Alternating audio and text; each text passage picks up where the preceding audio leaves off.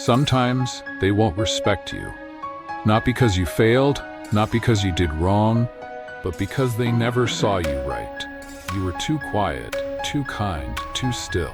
And in a world that worships noise, they mistook your calm for weakness. They cut you off mid-sentence, laughed when you weren't joking, mentioned your name like it was a footnote. And you stayed, hoping they'd notice, hoping they'd adjust, hoping they'd grow into the space you gave them. But disrespect doesn't shrink. It spreads. The more you tolerate, the more it becomes normal. Until one day, you're sitting across from someone who used to look up to you, now looking through you like you were never there.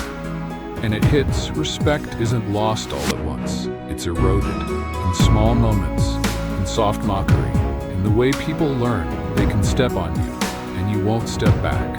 But you can change that, not by yelling, not by begging, not by explaining who you are, but by becoming unignorable. Not loud, not harsh, not aggressive, just unmoved. Because the most respected men didn't demand it. They just carried themselves like they knew who they were, with or without your approval. And from that stillness came a force most people can't name, but never forget. They test you with eyes before words, a glance too long, a smirk too sharp, a shift in tone, just enough to see if you notice. And they're watching, not for pain, but for response. Will you laugh it off? Look down? Break eye contact before it gets uncomfortable? Most do. Most shrink. Most pretend they didn't catch it. Most hand over power by avoiding the signal. Don't. Hold the stare. Not with anger, not with threat, with stillness. Look at them, into them, through the smirk, through the act, like a man who sees and doesn't flinch. Because when you don't look away, you tell them two things. I know what this is, and I'm not moving. They'll cough, shift, glance elsewhere. Because what they wanted was control. But what they got was a wall, one they can't climb, one they didn't expect, one built from years of knowing that silence isn't weakness, it's weight. You don't need to defend, you don't need to play the same game, you just need to hold. Until they're the one who blinks, until they're the one who shifts, until they realize the man they tried to measure doesn't fit inside their game. And he never did. Disrespect is a trap. It baits you, prods you, dares you to defend yourself on their terms. They raise their voice, twist your words, say things designed to hit just to see if you'll bleed. They don't want resolution. They want reaction. Because once you react, they control the frame. Now you're explaining, now you're apologizing, now you're off-center, and they're steering. So don't say nothing. Let the insult hang, let the sarcasm echo, let the provocation fall into the dead air of your stillness. They'll fidget.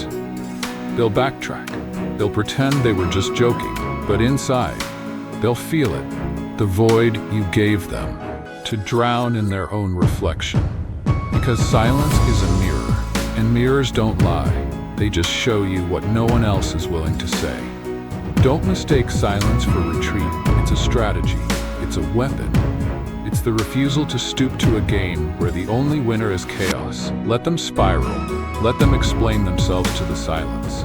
Let them realize they just shouted at a mountain and the mountain didn't move. Because real strength isn't loud. It's composed, collected, and ready to speak when it must, but just as ready to say nothing. Explanation is a form of begging, not always in tone, but in posture.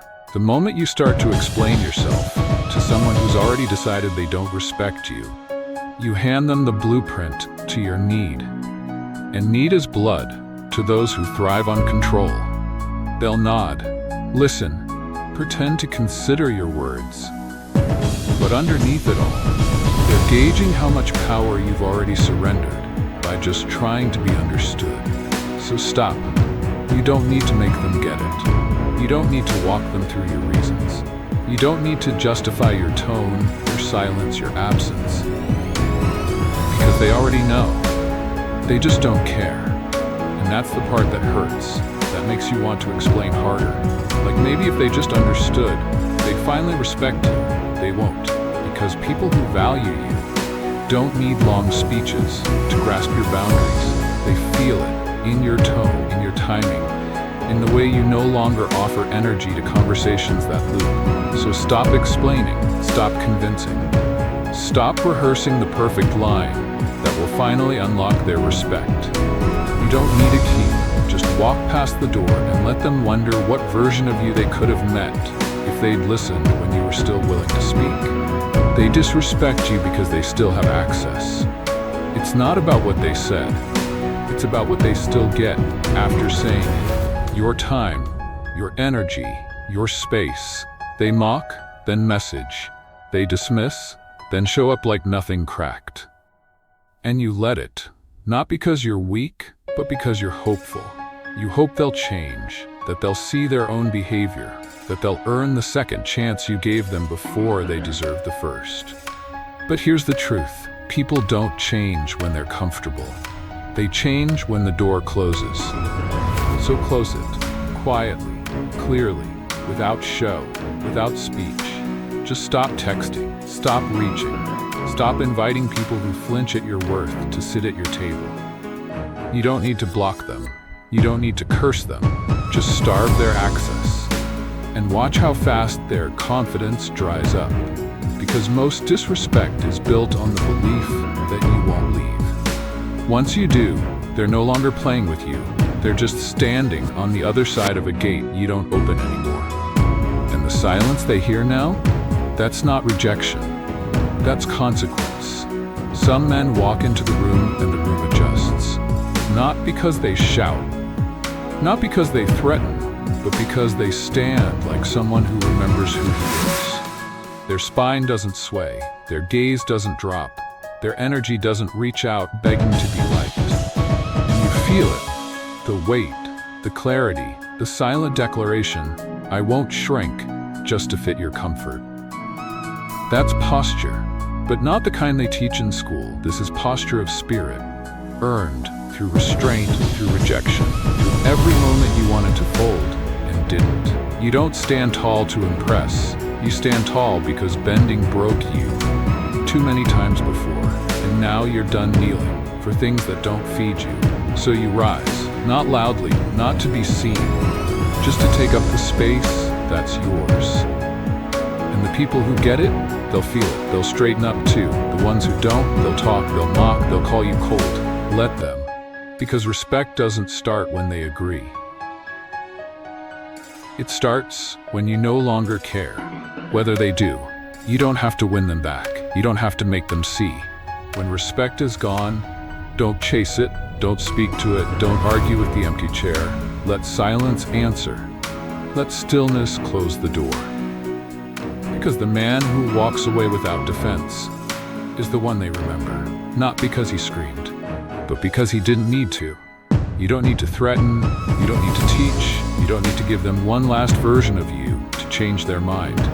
You just need to go, tall, clear, and absent. Because the final form of power is not domination, it's disengagement. You're no longer trying to be seen, you're no longer waiting to be respected. You became the kind of man who doesn't ask for what he already owns. It happens quiet, not in fire, not in rage. Just one day, you don't need their approval anymore. You don't care who's watching. You don't notice who didn't clap. You don't pause when they question. You just keep walking. And they'll feel it. The shift. The way your presence no longer leans forward. The way your eyes no longer scan for response. The way your spine says, I'm good, with or without you. That's when the noise stops. That's when their power fades. That's when you realize you never needed revenge. You never needed to be loud. You just needed to outgrow the game, and now you have. So let them talk, let them wonder. Just don't return to the version of you who once begged to be seen. He's gone. You stayed,